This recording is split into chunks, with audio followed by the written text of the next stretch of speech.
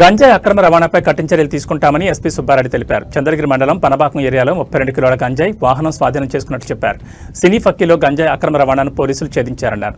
ఒరిస్సా నుంచి తమిళనాడుకు చెందిన పొన్నుస్వామి సెల్వరాజ్ గంజాయి అక్రమ రవాణా చేస్తుండగా పట్టుకున్నామన్నారు. నిన్న చంద్రగిరి కాన్స్టిట్యున్సీలో Chandragiri DSP, Chandragiri inspector, Pakala inspector వచ్చిన సమాచారం మేరకు పనబాకం ఏరియాలో హైవే మీద వెహికల్ చెకింగ్ చేస్తున్నప్పుడు ఒక బొలెరో వెహికల్లో అనుమానాస్పదంగా పొన్నుస్వామి అనే వ్యక్తి, యాక్చువల్గా తమిళనాడుకు చెందిన వ్యక్తి ఒక బొలెరోలో వస్తుండడం గమనించి అతనిని కంట్రోల్ తీసుకోవడం జరిగింది.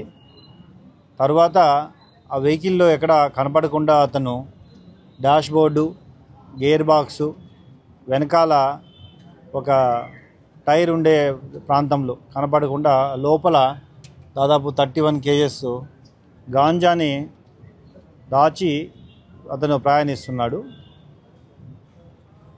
ఇతను ఒరిస్సా ప్రాంతంలో ఒకప్పుడు చదువుకున్నాడు.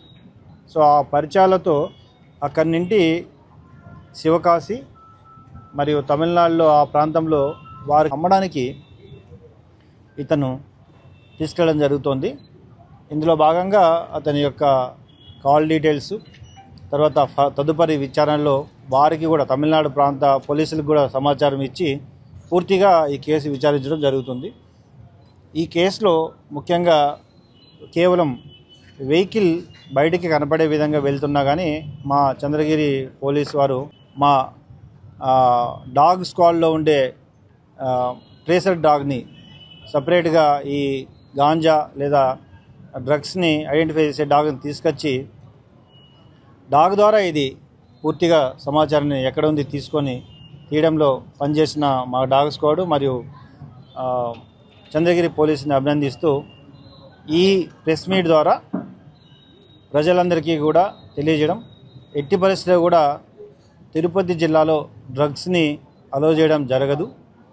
ఎవరైనా ఎటువంటి సమాచారం ఉన్నా కానీ 112 కాల్ కానీ లేదా పోలీసుకి సమాచారం ఇస్తే వారు గోప్యంగా ఉంచుతూ వారిపై చట్టపరంగా చర్యలు తీసుకోవడం జరుగుతుంది. చాలామందిని ఐడెంటిఫై చేయడం జరిగింది ఇప్పటివరకు.